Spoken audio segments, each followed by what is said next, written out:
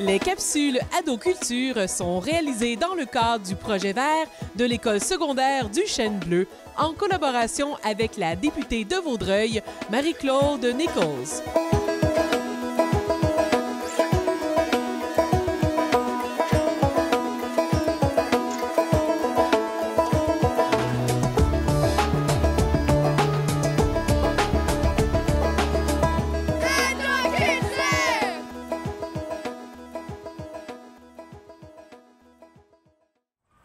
Hey, j'ai trouvé le fameux concombre anglais.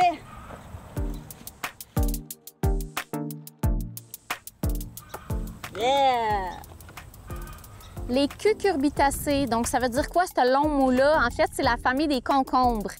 Donc ici au jardin, on a des concombres, on a des melons, on a des courges d'hiver, on a des courgettes, puis on a même des citrouilles. Donc c'est des plantes qui font des vignes, des très longues vignes pour la plupart. Donc il faut prévoir notre espace. On peut utiliser des tuteurs, des treillis, les mettre vraiment de façon différente là, pour optimiser la croissance puis dégager notre espace de culture. Mais ici, cette année, on a décidé de les laisser partir en fou, puis on espère des belles récoltes pour tout à l'heure. Les cucurbitacées sont des plantes qui aiment les sols chauds. Alors, il est préférable souvent de retarder la mise en terre. Ici, on les a couverts jusqu'à ce qu'elles aient des fleurs. On les protège de la chrysomèle rayée du concombre, qui est vecteur de virus. Une fois que les fleurs vont apparaître, là, on va devoir retirer les filets. On se retrouve dans ces plants-là avec des fleurs mâles et des fleurs femelles. Alors, c'est clair qu'il nous faut quelqu'un qui va faire la job pour nous autres. On peut la faire avec un petit Q-tip, mais on va laisser souvent les insectes, dont la chrysomèle, malheureusement, qui va faire sa job de pollinisateur, mais en même temps, elle laisse un petit cadeau pas très gentil, c'est-à-dire un virus qui va faire en sorte que nos plants ne performeront pas aussi bien. Un petit truc pour se débarrasser des chrysomèles.